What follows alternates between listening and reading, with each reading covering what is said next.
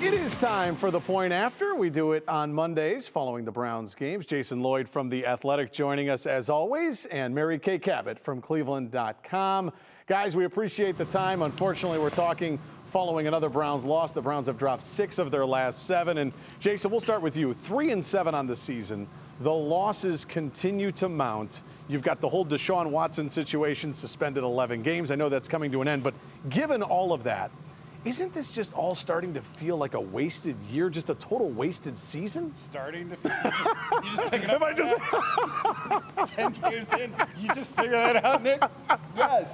Listen, I've said it from probably the week 2 or 3 on, and no one wanted to hear it, and it wasn't a very popular thought.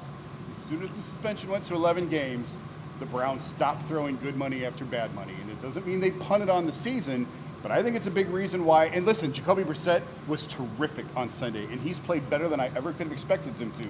But it didn't really make a lot of sense to go into the season with him when Jimmy Garoppolo was out there to go get. It's worked out for them.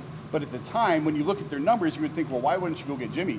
It's the fact that I don't think they wanted to throw good money after bad money. They realized this was going to be a difficult season. It was going to be sledding uphill, trying to go 11 games without Deshaun. Now, I don't think anyone foresaw the defensive issues that they've had. It's just completely unraveled on them. But yeah, it's a lost season. The only thing that can sort of put the wheels back on is if you get some sort of momentum these last few games with Deshaun to give you some sort of encouragement going into next year. I don't think they ever had very many expectations for this year once that suspension went to 11 games. Mary Kay, Jason bringing up the defensive side of the football. I want to go there with you in that today, a Zoom call, you guys had a chance to talk with Kevin Stefanski, and he was asked point blank about Joe Woods, the defensive coordinator. Just what do you make of everything that's happened on that side of the football, and then what's his future here? It doesn't seem like they're going to make a change, at least right now, right? Right. I don't think that they will make a change in season. At least that's the vibe I'm getting right now. I did ask Kevin Stefanski that question point blank in the press conference today. Would you think about making that change? And he said the focus right now is on the Tampa Bay Bucks.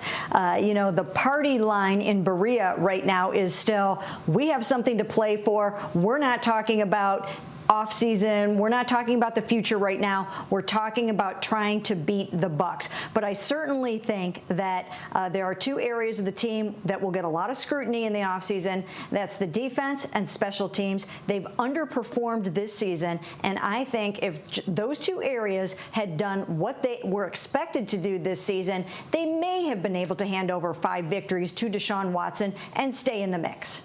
I don't know. Where are you at, Jason, on mid-season firings? I mean, if you really boil it down and you fire Joe Woods, it's nothing more than a scapegoat, right? I mean, you're just blaming something. Does that really do much if they were to make that kind of move? Well, I turned my mic on, so that helped. Like, what do you expect when you put a writer on TV?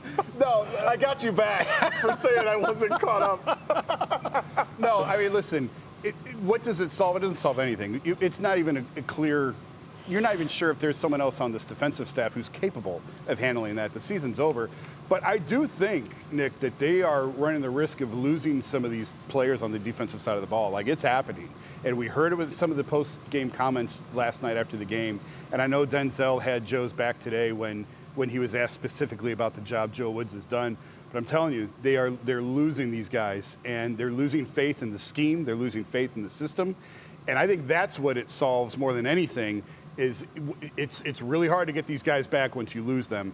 And I just am concerned. I agree with Mary Kay. I don't think anything's happening. Like, if it wasn't going to happen today, it's not going to happen. Like, they're going to ride this out. And to his credit, like, one of Kevin's strengths is he removes emotion from decision-making. And he thinks things through. And he's very even-keeled on, and they're not going to act emotionally or irrationally to situations. But I do think that they run the risk of losing some of these players defensively if they keep riding this out the way it's going for these last 7 games.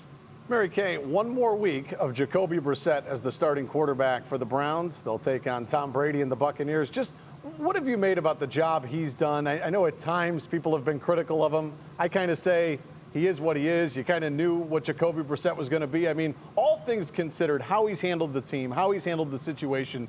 Just what have you thought of Jacoby Brissett through 10 games now? He's done a tremendous job. I think he has exceeded expectation. He's held the thing together. He's been a tremendous leader. He's been a confidant for a lot of guys. He's gotten really close to guys like Amari Cooper. You could see some of the great catches that Amari is making for him. He's made plays with his legs that I think he's surprised a lot of people with. And I really, truly believe in my heart of hearts that if the defense could have carried its weight, if the special teams could have carried its weight and had given Jacoby Brissett what he deserved, which was a better performance by those two units, they would not be in the position that they're in right now. He would be viewed differently. They would have 2 or 3 more victories, and they just wouldn't be here at 3-7. He's played the best football of his career. Right? Period. This is the best he's ever played his career in this system. And it'll be 700 days for Deshaun Watson since he has played in an NFL game when he goes back to the field next week after this Sunday in Houston against his former team, the Texans. Should be interesting. Wear a helmet for that one. Yes, guys. Mary Kay Cabot, thank you so much. Jason Lloyd, thank you so much. Laura Queso, we send it back to you.